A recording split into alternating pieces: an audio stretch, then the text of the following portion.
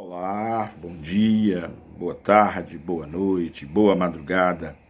Seja muito bem-vinda, muito bem-vindo. Meu nome é Marcos Venício e quero te convidar para a nossa aula de número 61 da obra O Livro dos Médiuns, obra basilar, fundamental, necessária para compreender o fenômeno mediúnico, né? E estamos fazendo, como eu já falei antes, faço questão de lembrar, um estudo dirigido, né, acerca dessa obra maravilhosa. E já indo direto ao assunto, direto ao ponto, dando continuidade ao que vimos na aula 60, na aula 61, vamos dar início então ao item 105 da segunda parte, capítulo 6, que se intitula Manifestações Visuais. No item 105, Kardec escreve o seguinte, então: pela sua natureza e em seu estado normal, o perispírito é invisível e tem isso de comum com uma porção de fluidos ou energias, né, que sabemos existir, mas que jamais vimos. Mas pode também, com certos fluidos ou energia, sofrer modificações que o tornam perceptível à visão, seja por uma espécie de condensação, seja por uma alteração em sua disposição molecular. É quando nos aparece sobre uma forma vaporosa. Muito interessante, né? Porque aqui Kardec está falando diretamente do que ele achava que era perispírito, mas na verdade ele está falando aqui de duplo etéreo, ou melhor dizendo, ele está demonstrando aqui que o duplo etéreo, que esse sim, ele é vaporoso, esse sim pode se solidificar, esse sim pode tornar-se visível, e esse sim com certeza é gerado pelo perispírito, mas Kardec não tinha esse conhecimento na época, mas é interessantíssimo como aqui ele já tem uma intuição, Kardec já tem aqui uma espécie de visão futura do desenvolvimento, das propriedades e funções do perispírito. Muito interessante. E ele continua: a condensação, e não é preciso tomar essa palavra ao pé da letra, de vez que a empregamos na falta de outra e a título de comparação. A condensação, dizíamos, pode ser tal que o perispírito adquire as propriedades de um corpo sólido e tangível, mas pode instantaneamente retomar seu estado etéreo e invisível. Muito interessante. Kardec lembra aqui do uso da palavra condensação. Condensação, na verdade, na física, né, é a passagem do estado gasoso para o estado líquido, né? Quando você tem, por exemplo, um refrigerante, né? Quando você pega um refrigerante gelado e tira do freezer, ele começa a condensar água por fora, né? A superfície, quer seja do vidro ou da lata, fica suada, né? Com aquelas gotículas d'água. Isso é condensação. Aqui Kardec, com muita precisão, nos lembra que talvez o termo correto não seja esse, e de fato não é, porque no fenômeno das aparições, o que ocorre é que o perispírito ele aglutina, ele não condensa, ele pega moléculas do meio, o perispírito pega moléculas do meio e forma um corpo de densidade bem pequena, que é o duplo etéreo, que aí pode ter a aparência que o espírito desejar e souber plasmar. Então, muito interessante mesmo, né? Bom, e Kardec continua, né? Podemos nos inteirar desse efeito pelo do vapor, que pode passar da invisibilidade ao estado brumoso, depois líquido, depois sólido e vice-versa. Estes diferentes estados do perispírito resultam da vontade do espírito e não de uma causa física exterior, como em nosso gás.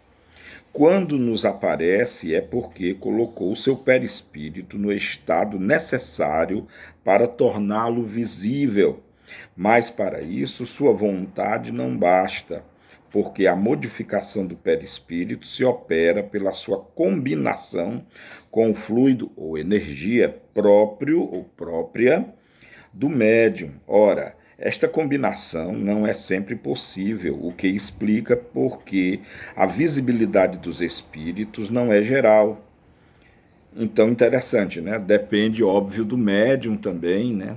E que, claro, quando ele fala da combinação de fluidos ou combinação de energia, né?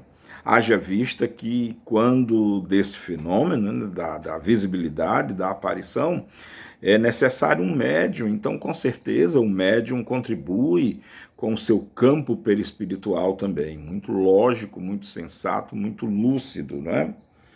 Bom, assim não basta, né? Kardec continua, que o espírito queira se mostrar. Não basta também que uma pessoa queira vê-lo. É necessário que os dois fluidos ou energias, né? Observem que eu já estou trocando automaticamente fluidos por energia. Hoje nós sabemos que a palavra energia é muito mais aplicável, né?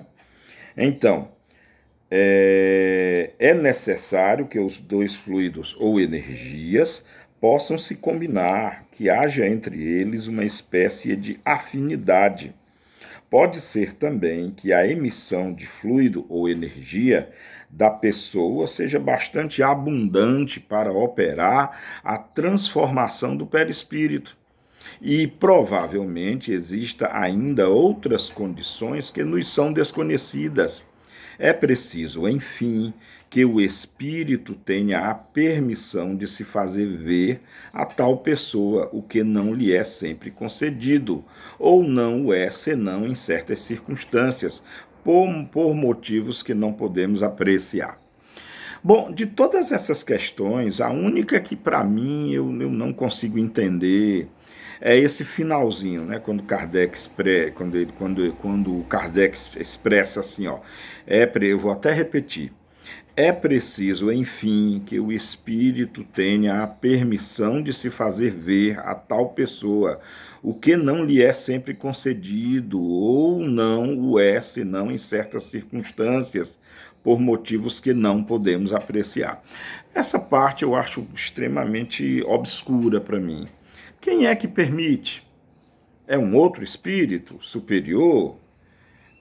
Quem é que permite ou nega que o espírito possa ser visível? É o médium? Essa parte para mim não é clara, sabe? Para mim não é clara. E pelo menos Kardec, com muita propriedade, ele fala de motivos que não podemos apreciar. Eu penso que, assim, a minha opinião a esse respeito, eu penso que é menos por permissão. Eu acho que não há, minha opinião, eu acho que não há permissão, não há ninguém que permita ou não permita, não. É a questão do espírito, para mim, eu acho muito mais lógico, muito mais coerente, entender que o espírito pode, muitas vezes, não saber se tornar visível, né? Não saber como funciona, porque convenhamos, gente. Existem muito mais espíritos desencarnados do que encarnados, porque morre gente todos os dias, morre, enfim. Eu acho que, olha só lá no Nosso Lar, no livro Nosso Lar, Emmanuel fala na proporção de 3:1. Ele diz que para cada espírito encarnado, na psicosfera da Terra, existem 3 espíritos desencarnados. Se isso for verdade, nós temos hoje 8 bilhões de espíritos encarnados, 3 vezes 8 dá 24, teríamos 24 bilhões de espíritos desencarnados. Já imaginou se todos eles pudessem se mostrar? Mesmo com a quantidade pequeníssima de médiuns que existe, então os médiuns ficariam vendo espíritos à torta e à direita, ficariam vendo espíritos assim o tempo todo, e não é isso que acontece. Então, eu penso que existem propriedades físicas, existem propriedades energéticas, que nem todo espírito deve saber como utilizar, nem requer conhecimento. Ora, se o espírito que nem acredita na vida após a morte, né, como é que ele desencarna e já vai operar esses feitos, né? Então, eu penso que grande parte desses fenômenos tem a ver sim com o conhecimento que o espírito possa ter ou não. Mas enfim, um item muito interessante para análise, viu? Muito interessante mesmo. Aliás, importante. Até já grifei aqui, grifei para estudos posteriores. Bom, mas a pesquisa continua sempre, né? E estamos estudando. Bom, no item 106, né, acabamos de ver o item 105, no item 106, Kardec escreve o seguinte: uma outra propriedade do perispírito, e que se diz respeito à sua natureza etérea, é a penetrabilidade. Matéria nenhuma lhe é obstáculo, ele as atravessa todas como a luz atravessa os corpos transparentes. É por isso que não há recinto fechado que se possa opor à entrada dos espíritos. Vão visitar o prisioneiro em seu cárcere tão facilmente como ao homem que está no meio dos campos. Interessantíssimo também. E aqui é uma outra daquelas características. Essa propriedade aqui é muito interessante, o item 106, porque é uma daquelas propriedades do perispírito que põe por terra essa história do perispírito ser formado de matéria ou de algo semimaterial. Por quê? Se o perispírito fosse formado de matéria, embora que semimaterial, densidade pequena, haveria sim obstáculos à passagem dele.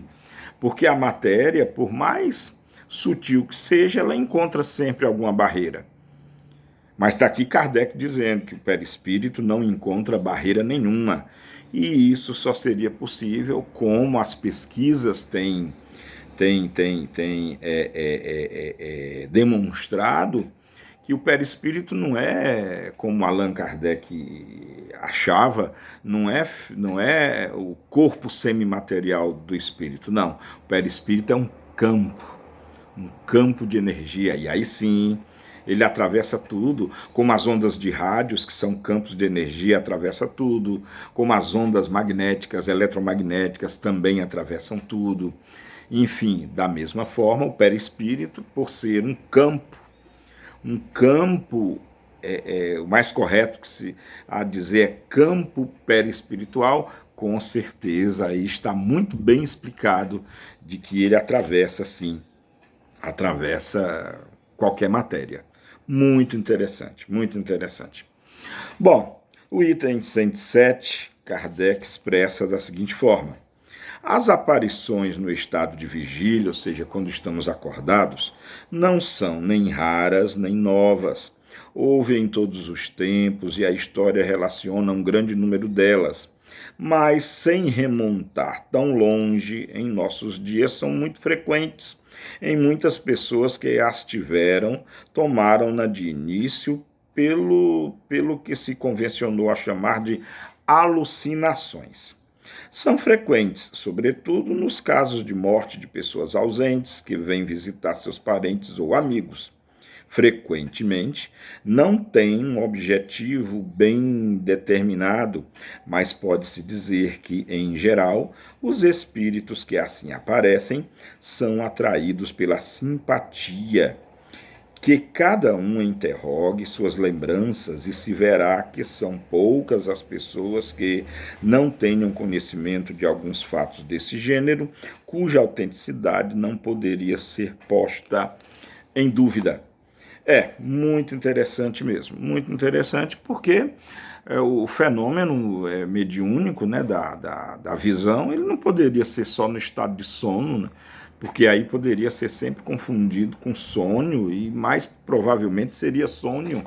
O estado de vigília, ou a visão dos espíritos no estado de vigília, é uma forma inconteste de se perceber a presença, a realidade da visão dos espíritos desencarnados. E isso é muito, muito interessante mesmo. Bom, vamos ficar por aqui, porque nós já estamos chegando a 15 minutos da nossa aula. Nós costumamos ter aí os nossos 20 minutinhos. Acontece que o próximo item, que é o item 108, ele é muito extenso.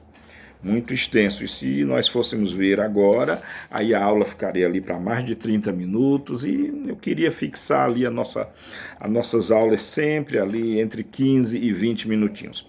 Portanto, vamos encerrar por aqui hoje a aula 61. Acho que já tem material, tem muito material aí para estudar, para refletir, para debater, enfim. Me diga aí o que é que você acha, quais as impressões que você tem. E foi essa a nossa aula, espero que vocês tenham gostado. Beijo no coração de todas e todos, amemo-nos como Jesus nos amou e cuidem uns dos outros, isso é tudo. Até a nossa próxima videoaula. Tchau.